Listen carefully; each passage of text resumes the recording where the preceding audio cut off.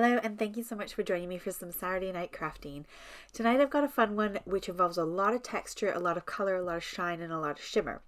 Now I wanted to pre-start my video tonight by sharing with you that I do have another video where I teach you how to make your own paste, because we are going to use paste tonight.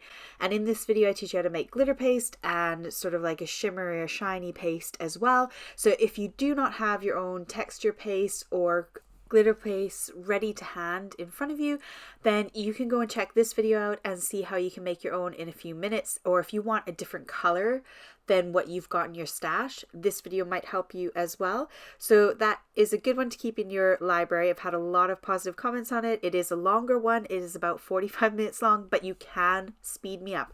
Remember, at the bottom of your right hand side of your screen when you're watching my video is the little sort of settings button. If you press that, you can change the playback speed and you can kind of zoom through watching me, and you can go up to 2 times speed if you want. It's a great way to kind of zip through the video if you're finding it a bit long.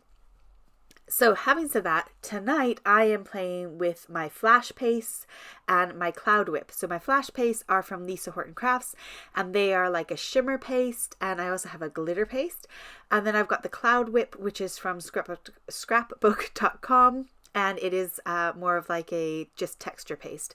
So my 2 main ones that I'm using tonight are the silver and then the glitter. So this is the silver here. It's just like a pearlescent color.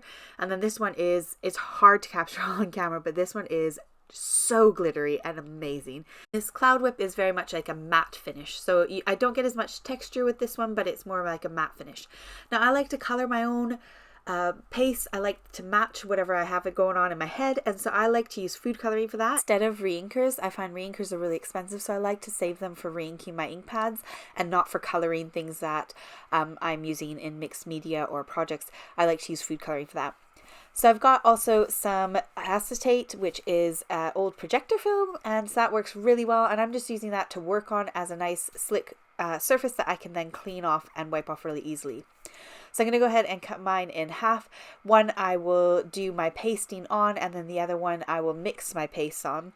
And then that way, when I go to dry these, I can just take the whole sheet and I can go and put it over in the sunlight to dry, and I don't have to worry about trying to pick up my piece of card when it's all wet and sticky. So all I'm doing is taking a very small blob of whatever paste I want to work with. This has got the gold shimmer or gold sheen to it.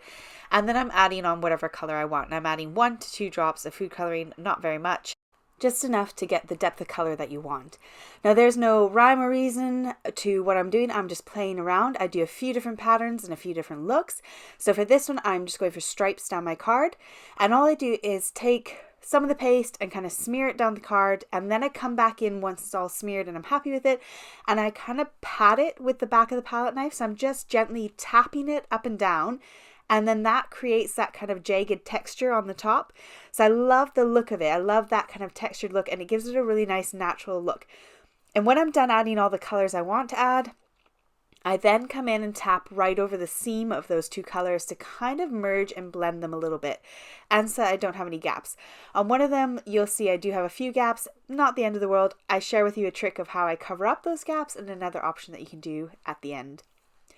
So that first one was stripes, and now I'm going to go for angles, because why not? And I thought I would try out the cloud paste. At first I pulled this off and went, oh, it's moldy, but it's not. It's just kind of gritty. It reminds me a lot like a chalk paste. So it does come out very chalky. So the color looks quite vibrant here, but it does get a lot more muted as it dries.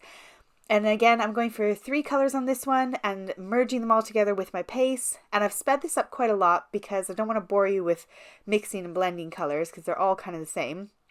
But I'm doing the exact same thing with this paste, and it did kind of drop down a bit. It didn't keep its peaks quite as much as the other paste did, but I am smearing it on, and then I am tapping it at the end, and then I'm tapping it and merging those colors together, and that is all I am doing to get that kind of textured look. Now I thought it'd be fun to do some sort of partial cards, so I started out by putting some masking tape down and then realized that actually I need to make this smaller at first because I'm going to go for the angled look across the card, and I didn't want to lose any of those angles and have them not be like the middle of the card where my dividing point was. It doesn't probably make any sense, but if I trimmed it down after, I would get a sort of rough edge rather than a pointed edge on those corners. I've got my low tack tape, which is mint tape from scrapbook.com. And then doing this option I found was much easier as well, because I felt like my card doesn't flop around on me when I'm kind of doing this patting motion. So it sort of holds it down for me a bit more, and it gives me somewhere to put my fingers as well. So on the other ones I did put my fingers along the edge, but I do trim it down once it's all dry. This one I wanted to go for a sort of a more masculine, kind of almost sea-like theme. So I went for like blues and greens. And I did 4 different colors on this one. And I did like 2 different shades of blue and 2 different shades of green. And I'm doing the exact same thing. I'm kind of tapping it down, and then I'm kind of tapping along those seams to sort of merge it together. And I really, really love how this one and the next one turned out. I love the texture I got with them. And this is where I used that glitter paste from Lisa Horton Crafts, and it is so shiny, and it's really hard to capture because I'm aware I feel like I'm blinding you the whole entire video because everything is shiny. My little paper I'm working on is shiny. The glitter paste is shiny, the metallic-y paste is shiny, so I apologize if it's too difficult on your eyes to watch, but it is so pretty. And this one, I love the colors, I love the peaks that I got off of it. It is so chunky and dimensional. Here's another one I did off camera, but I just decided to do sort of the right hand side of the card, or left, however you stick it on. Here you can see that dimension. How cool is that? And it dries exactly like that. It doesn't change. And this is that glitter paste again. It is so gorgeously shiny. And all it is food coloring. So here's 2 I did off screen, and you can see there's some chunks that are missing. I'll just trim that down a little bit. That's kind of where my fingers were when I held it, when I was doing it. But this is fully dry, and it's got so much dimension and gorgeousness to it. And I did have some gaps in the middle that didn't quite merge on this first one. And I thought this is a great way to bring in some gilding flakes. I don't know about you guys, but I buy these things and I think they're the greatest idea because it's so pretty. It looks like metal. You're adding like foiling to your cards. It's gorgeous. But this crap gets everywhere. I'm not kidding. It's everywhere. It was on my face. It's on my floor. It's on my chair. It's all over the place. I'll share a quick tip with you at the end on the best way to remove this stuff, but be prepared. It floats around like fairy dust, behaves like fairy dust, gets in the nooks and crannies all over the place. I'm going to share with you 2 different ways that I'm getting this onto my card. The first way is a more concentrated look. So if you really want that gold to pop and really look like it is chunks of metal, this is probably the method for you, but this is the messier method. This is the more chaotic method. And probably the most wasteful method because there's a lot more cleanup to do with this one as well. All I'm doing here is I put down my glue all around the edges of each of those colors, and then I'm coming in and very, very, very gently kind of scooping out some of that gold and then lining it on top. Actually, I think this is silver platinum. It might be platinum. And I'm going ahead and tapping that along top of that glue where I've lined the glue. I'm not touching the glue with my paintbrush. I am just gently kind of scooping out and touching it down. Now I'm going to put this aside to fully dry and not touch it again until it's fully dry. The next method, I find the easier method, the least wasteful method, and the easiest cleanup method. However, it's not the most concentrated look. So I'm going to put some glue down on my acetate surface, tap out some of those flakes, and I do use more than this. And honestly, the bottle, it looks like I pour out a lot, but this thing is full still. It really does go forever because you can really cram a lot in there. So I'm tapping my paintbrush in the glue, and then I'm tapping my paintbrush into the gold flakes, and I'm picking them up, or silver flakes, and then I'm just going to brush them where I want them to go. You still get the same kind of effect. It looks a bit more muted here, but it is shiny. You'll see at the end when it's all dry, it does look shiny because the glue is right now a matted color, but the glue will dry clear. So that gold will shine through. I just found this was a lot easier of a way to put this stuff down and not eat so much of it, essentially. It doesn't go all over the place quite so much. So here's the hot mess. It's all dry, and I'm going to take a flat brush and brush it all off. It felt painstaking. As I was doing this, I'm like, it's just crumbling. Oh, it's just getting smaller. It's getting more dust-like. It was floating through the air. I could see it in the air. I'm thinking, oh my gosh, is this healthy? Should I be breathing this? I don't think I actually breathed it in. I think that's why you've got nose hairs as well. Who knows?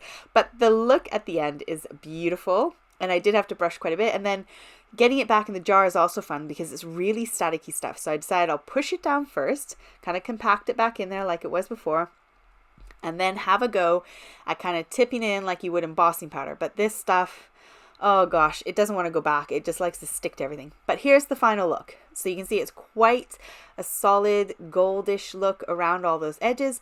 Here's the other one, not quite so solid, but still just as pretty. So I think I would go with the option on the right for less mess. Less intense, but less mess. And I'm all for less mess because this stuff, wow, it was everywhere. Now, because these were all shiny and beautiful, I felt like when I grabbed the matte one, which was the cloud paste, it just was a bit dull. So I thought I'd go for the same kind of thing. And I just add streakies of gold along this one. So you can see it doesn't look very gold right now. And that's because it's like merging with the wet glue, which is a bit matte looking. But when it dries, it's drop dead gorgeous. And it adds that bit of shimmer that the paste didn't have. And as you can see now that this is fully dry, it's kind of like more like mounds rather than peaks. So I had less texture, but a more subtle texture, I guess you could say. But I love adding that little bit of shine and glimmer to it. On the right, I tried doing a stencil effect where I dabbed some glue through a stencil and it didn't quite work. I didn't add enough glue before I added on the other stuff. And at this point, I was really fed up with all this stuff everywhere. And then I realized I have got this lint roller sat just next to my desk from doing some heat transfer vinyl and picking up some of that stuff. And this was the best option. Not only did it pull it all off my desk, it took it all off my hands, all off my arms, all off my trousers. So if you've got one of these, this is the best way to clean this stuff up. That was the fastest, quickest, easiest way. Now let's turn some of these into cards. I've turned them all into cards apart from that one that I messed up with the stencil because I'm trying to work out what I want to do with that one.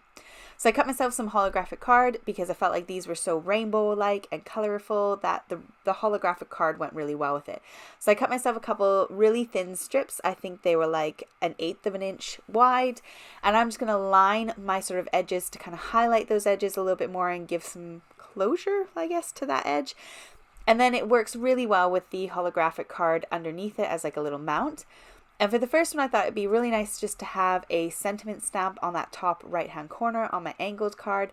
And I thought I'd go about doing that with a nice dark blue that kind of matched the blues in that card. It's so nice when you've got multiple colors in a card because it makes using inks and finding inks a lot easier because you've got a lot more colors to kind of work with. So for this one, I then mounted it once it was stamped onto my holographic card using this sort of little tabs trick where you add a strip of adhesive down each side and then pull, like partly pull back the tab, and then you can lie it down onto your holographic card and then pull those tabs out once you've kind of lined it up nicely. It's just a quick and easy way to attach cardstock to holographic card because it is slippy and slidey. So it's a nice way to do that, and then the rest I just use liquid adhesive on. I finished that one with some gems and then moved on to the next one, which I decided I wanted to be Happy Birthday. So I'm using Lisa Horton's interference inks because they are an ink that have like a mica powder in them. So they're really shiny and I felt like it went really well with my shiny background. So I decided to use the interference ink for my sentiment as well as stamping some little stars around it just to kind of add a little bit more to that and take away from that white space a bit. And I love how this looks. I'll tilt it on an angle in a minute, and then you'll see how shiny that ink is as well alongside the shine on the top. So that was card number 2. And for the next 3 cards, I've used basically the same kind of idea behind it. I've got my sentiment dies. I felt like those really helped to pull the card together with a nice big bold sentiment. And then I also used some layering dies from Surprise Creation. I love these ones because they have a stitch embossing on the inside and the outside of the cutting part, so you can do a double card like I've done here. So I've got the first one I cut out. I used the inside bit of my cutout and stuck it onto some foam tape on top of some strips of gold card to tie in with the gold on the front. And then I popped it up 3 times on some white card underneath that thank you. And then on this one, I did the same with the thank you, but I offset it. And then I used some Glimmer of Stella, Winka Stella to make it shiny on the top. Added some gems. And it's hard to see, but that gold and the outside both have stitching around the edge of it, and they just slot in beautifully together. So I really loved how those ones turned out. My last 2, I took Happy Birthday, stacked it 3 times, and just popped that straight onto the card. This one I left with nothing else. I loved how it looked. I got a lot of dimension with the peaks underneath it, and then the sentiment on the top. And on the other one, I use some Nuvo drops to kind of accent the side of it, and they will dry clear gold, so that at the moment they look a bit foggy because I just stuck them down on the card, but they do dry nice and clear. I use the Gold Coast Nuvo drops to do those with, and I love how they turn out as well. So really nice way to get a bunch of color and a bunch of texture and shine and glitter to your cards.